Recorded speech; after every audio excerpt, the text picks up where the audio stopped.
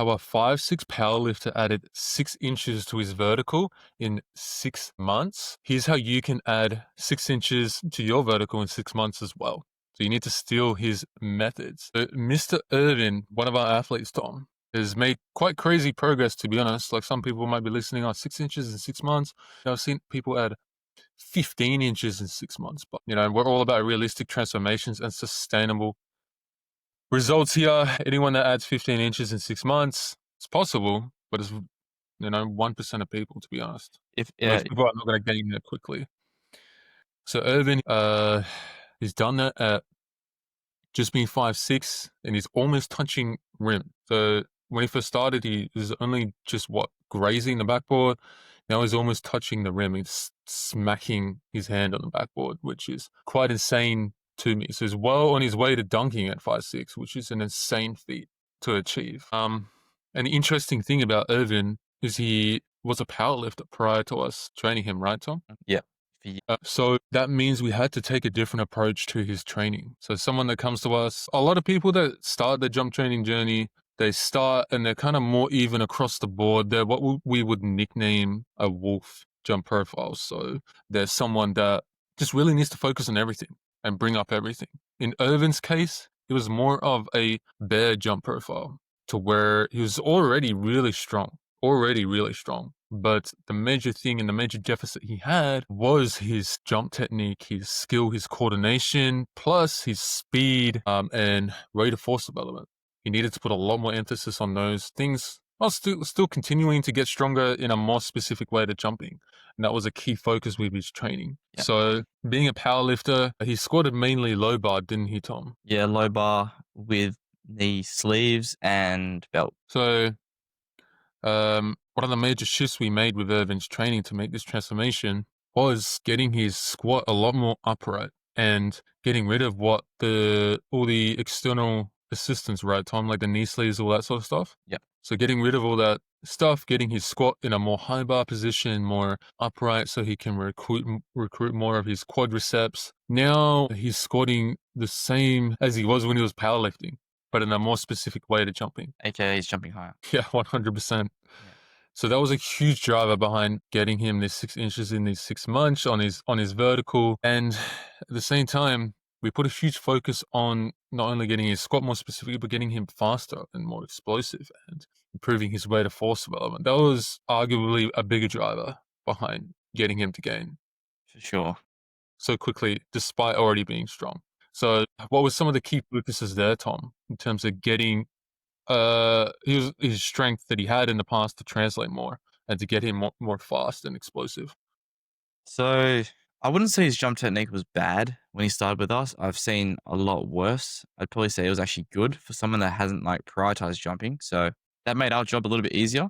But in the sense of actual jump reps and doing max jump reps, he just had not done nearly enough in terms of, he's athletic development and his career. And, he's 24 years old.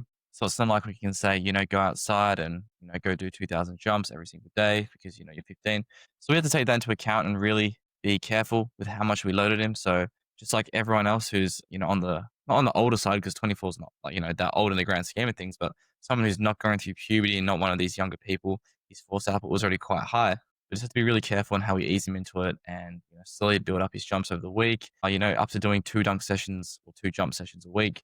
Started to get him on the low rim, maybe one day, and then another day he'll do high rim, or a 10-foot attempts. And now he kind of does a mix. He'll do his 10-foot max jumps, half his jumps, and then the second half of the session he'll go and do low rim.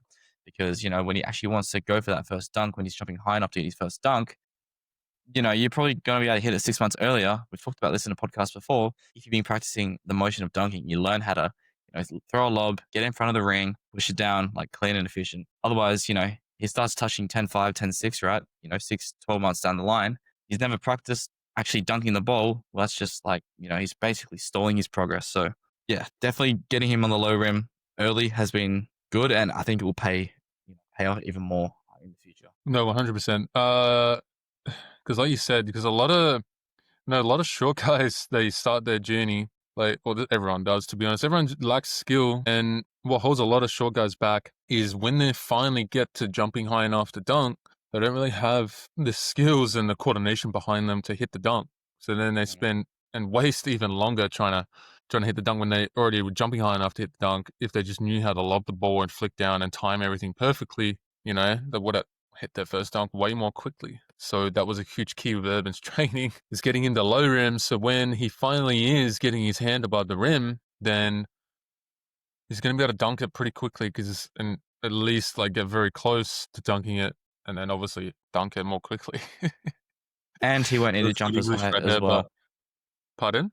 He won't need to jump as high as well. Like he'll probably be able to put one in touching 10-3, 10-4, rather Yes. than, if he's never done it before, he's throwing terrible lobs. He's got bad finishing technique and he's going to have to touch 10-7, 10-8, which is, you're literally making it harder on yourself by doing that. No, 100%. So that's what the low rim has come in a lot. Like a huge thing he was struggling with was positioning the lob right, but also like finishing the dunks and flicking his hand down uh, to finish the dunk as well. He tends to back rim a lot and lob it too far away. So then he's trying to tomahawk it, and then he ends up back rimming it. And a huge focus and a huge thing we've been guiding with him and giving him feedback on each week is just getting him to position the lob right and telling him cues and how to where to place it and what to do with his hands and everything like that. And even in terms of his jumping, in terms of his jump technique, he needed a bit of work, with his jump technique early on in his journey with us. So we fine tuned that and got him blocking a lot more effectively, pushing through his penultimate a lot more effectively to where he's jumping a lot more natural now and he's carrying speed a lot better into his approach and actually utilizing all that strength he had from his powerlifting background properly now. And that was a huge driver behind him gaining so many inches so quickly. Literally an inch a month, that's very good. Gaining an inch a month is very good. And it's not, I wouldn't say for some people, it's not unrealistic to gain like an inch a month in their first year of training, right, Tom? So someone could Yeah, no, yeah. we've had guys gain 10 plus inches in a year of training with us. Not just one guy and not just one type of guy, like different types of athletes, like shorter guys that are around 6 foot, guys that are naturally a bit more fast, guys that already strong, like Irvin, just a range of people we've had that we've helped in their first year gain like 10 plus inches. I will say So I this would though. say, hey, I was just say, say you gain an inch a month for a year. The way you'll see your vert go up will not be linear. And I've probably said this before. I've definitely said this before. Say you start out with a 33 January, and then you end up with around a 40, right?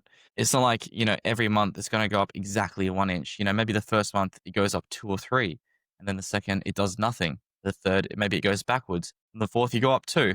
And fifth, you go back 1. The sixth, you go up 1. And it's like over time, if you look up on a graph, it's going up and down, but the overall trend is going up. And then, if you just were to average it out, it happens to work out to be around an inch. no, you might go like 2 months and see nothing, and then all of a sudden your vert shoots up 4 inches.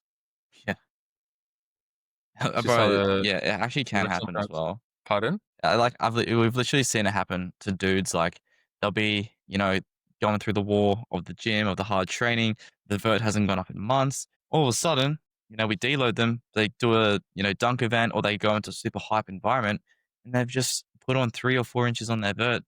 What seems like overnight, but there's a lot of like behind the scenes stuff that you just wouldn't know if you didn't actually see all the behind the scenes stuff. The thing we need to just going back to Irvin, the thing we need to make more clear is the thing Irvin was good at was producing a lot of force. But the reason he wasn't jumping high is because he produced a lot of force, but he produced it too slowly. It was over the course of over half a second to a second, because he was powerlifting, moving heavy weights slowly, right? So he produced a lot of force, but not quickly enough to actually translate into his vertical. Essentially what we've done is we've got him stronger in a more specific way to jumping, but also got him producing that same amount of force he was producing in his powerlifting, but within a shorter time frame now. So instead of it taking 500 to 1,000 milliseconds or 1 second to produce that force, now he's producing it in under half a second. Probably not the exact same amount, but more. Like the amount of force he's Yeah. producing within that time frame has increased. And that's a huge part of why he's jumping higher. So he's, again, like Tom said, squatting the same amount when he was powerlifting, so he's not stronger, but he's just stronger within a certain time frame. And that's a huge key for everyone listening. And if you're strong, really strong, and your strength's not translating, that's what you need to fix in your training. That's what you need to spend not just a month or a little bit of your session, but you need to heavily focus on this like for maybe a year or more, to be honest, in your training, 6 months, whatever. Like your body's going to tell you, depending on how it's performing, how long you need to push and emphasize the speed side of the force velocity curve for. But that's why and how we've helped Irvin gain so many inches so quickly, just because of that. We just got him producing the force in a more specific way of jumping, because again, he's jumping 2 foot. So I don't know his exact ground contact time, but it's somewhere between 300 and probably 4.450 milliseconds, right, Tom? Yeah, for him, yeah, I'd guess so, yeah. So sorry, we don't know the exact number, but it's somewhere between there. So we know as long as we keep getting him faster, while he still slowly builds his strength, he doesn't need to focus on strength, but still slowly builds his strength. We know every time he increases his squat, because we're emphasizing the speed side of the force velocity curve a little bit more in his training, we know every time his squat goes up, it's going to translate straight away and he's going to jump higher. So say I wanted to know what my weakness was, if it was strength, power, elasticity, or whatever, but like how would I know that? Like, I don't know. So if you want to find out why your vertical is stuck and find out exactly how you can fix that and find out your weaknesses and what you need to work on, like Irvin, there's a link down below to where you can apply and you can figure out what jump profile you are, and figure out whether you're a bear, gazelle, wolf, owl, Tiger. or tiger. That's the last one. So these are just nicknames we've come up for each jump profile, each jump archetype, you could say. And it'll give you a really clear picture on what you need to work on and what you need to focus on in your training. So go check that out. We hope that helps you. And getting back to the podcast. So, And it's free, by the way. It's completely yeah, free. 100% free. 100% free. So if you want access to that, you can find that in the link below. But getting back to the podcast, getting back to Irving, he was that bear jump profile. So we just heavily focused on the speed side of things while not ignoring strength. You can't have your strength go down. There's some cases to where you can have your strength go down and you just get so much faster so quickly you can still end up jumping higher. But ideally, you don't want that to happen. No. Yeah, you'd rather just be in the same spot and not have to worry about that as a factor to why you're not jumping higher. Like if you know you're the same strength and you can maintain that strength, then you can increase your RFD, your rate of force development, then more often than not you're going to be jumping higher. It's just maths. So 100%. And this is why it's so important. Like, you got to be smart with your training. And this is why so many athletes end up stuck, because they just don't know what they need to work on. And in Irvin's case as well, it was obviously the more of the fast stuff, but it was also technique too. So Yep. none of this we're talking about would have mattered if he wasn't jumping and he wasn't practicing the technique and working on his jump technique, and we weren't guiding him with that stuff and he wasn't learning to lob. None of this would have mattered if he wasn't working on those things, because again, you can be as powerful as you want, but if you're not coordinated, then that power isn't going to translate to you jumping higher, because it's kind of like, what's a good way to put it?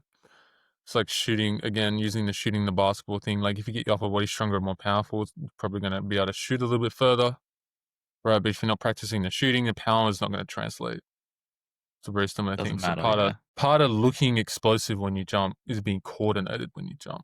So that was another huge thing we worked on with Irving. Again, I think we need to touch on mindset. That was a huge hurdle we had to get over with him too. Like he would always speak negatively about himself. I don't know if he did that in his head, but it came across in terms of the things he would say sometimes. So a huge thing was shifting his mindset to think more positively, and so he wouldn't drag his own confidence down. Increasing his confidence as well was a huge factor. So he wasn't having that negative self-talk and telling himself he was shit, he was bad, all that sort of stuff. Because a lot of people can fall into that trap too. Yeah, and he's very process driven now rather than results. Like he knows that, in order to jump higher, a lot of the time you have to jump a little bit lower. To be honest, and he's progressing faster now since he's shifted that mindset. Yeah. So there you go. Like we said on the last podcast, it's a bit ironic how that works, but it always happens. Literally every time I get too caught up in thinking about the outcome and then I shift to, the process, always fucking just progress way faster. So yeah, if Trust the process, guys. you guys are thinking negatively and you're not trusting the process, you got to find a way to shift that. 100%. We hope this podcast gave you some value and it's helped you out. And if it's helped you out, you're going to try something new from it, let us know down below and we'll catch you guys in the next episode. See you later, guys. Peace out.